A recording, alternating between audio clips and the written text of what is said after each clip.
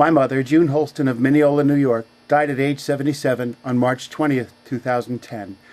Our family gathered for her funeral at St. John's Lutheran Church in Williston Park, New York. These are the words I shared during that church service.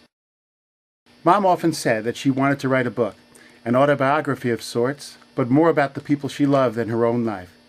On a few occasions, she actually got out a legal pad and penciled in the first paragraphs of a chapter about Linda, and another about her first brush with health problems like atypical tuberculosis and pneumonia. As her hands began shaking more, writing became difficult, so she stopped. Later, as a Christmas gift, Linda's daughter Jen gave Mom a book called Grandmother's Memories to Her Grandchild, with page after page that asked key facts, favorite memories, and spaces to write about the things she held most precious. So Mom told Dad her history, and he wrote it down. So while Mom never really did publish her story, she lived it with all of us, and we're very lucky that some of it was written down. Thanks, Jen, and thanks, Dad. And the storytellers, and all you characters are all still here. I'd like to share with you June Holsten's story, as I believe she may have wanted it told in her book, using her own words where possible. Not the chronology of her life, that's in the church bulletins today, but a story that tells of the people and values she believed in most, and how those people and values helped her live her life to the fullest, in good times and in bad.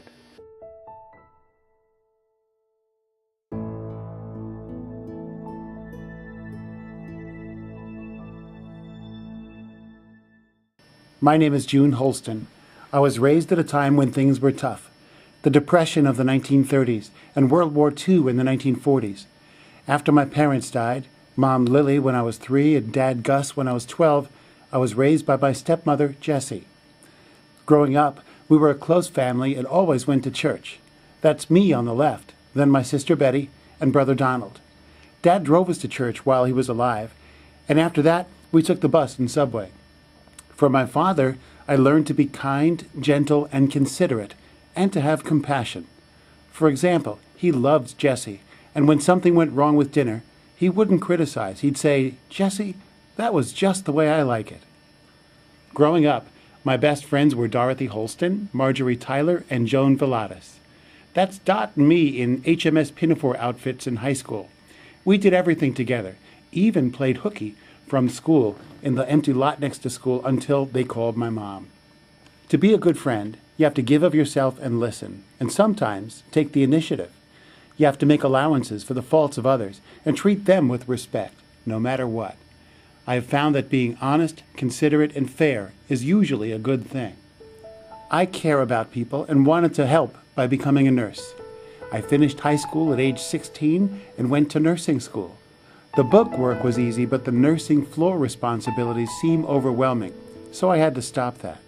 Besides, my life was meant for other things. But the caring and nursing training and handling things that seemed overwhelming came in very handy later. And anyway, I had a daughter and a grandchild go into nursing. My best friend for life is this man, Bill Holsten. He was Dot's brother, so I knew him since I was 8 or 9. We fell in love in high school. That's the coat he wore and the corsage he gave me at our prom.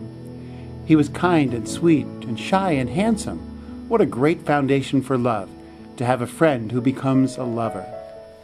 We married while he was in the Army. Dot was maid of honor, and my brother Donald an usher.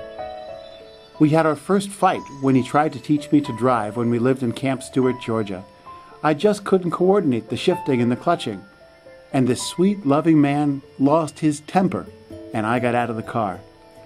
We both gave up teaching me how to drive, and to be honest, I never really was good at it, even with automatic transmissions later. But we learned that love always wins in the end, and being driven around everywhere is kind of nice. And then we started our family, first with Linda, and then by the time we were done, 6 wonderful children, each their own person with their own interests. And in the years that followed, our 6 children had their own, 16 in all. I am so glad you're all here with me now. I've been a mother for 55 years and a grandmother for more than half of that time. The thing I love the most about all this is feeling the tiny, fuzzy newborn head against your cheek. Feeding a baby in the middle of the night when it feels like nothing but you two in the whole world. In the middle of a busy, trying day, having a 6-year-old say, "Mommy, you're beautiful." Being proud when they excel and being able to comfort them when they don't.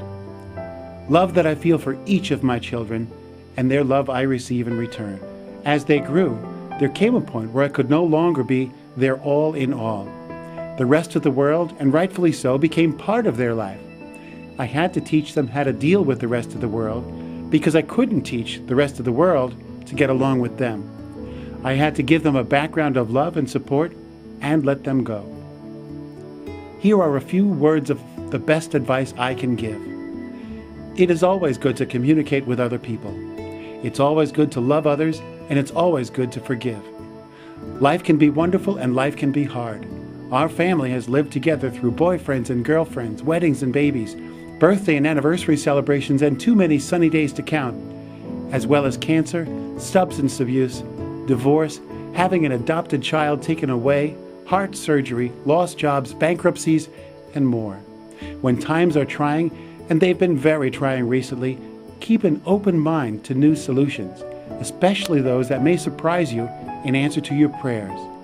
Remain positive and be an example to others. What is it about your family that you're happiest about or most thankful for? That I'm happiest about? Yeah. That they're all healthy, and that they all get along together, and that they're all reasonably happy, all or most of the time. And I think and they all believe in God. Very good. I think that's what makes me happy. What was the last thing you said? And they all love me. They all love you very much. And I think so. And I love them. Love is amazing. It is like a rubber band. As my group of loved ones grew, so did the love. It just stretched and covered you all. What do I value most in life? My family, and my home, and my faith. I think faith is like a little child, putting his hands in his father's to help him get across the street. Faith is putting our hand in God the Father to help us through life. Faith is believing without seeing. If you have faith, rely on it.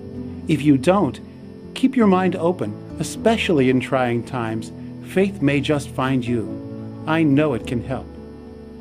Now that I'm a grandmother of so many, it seems that being grandma is the most important part of my life.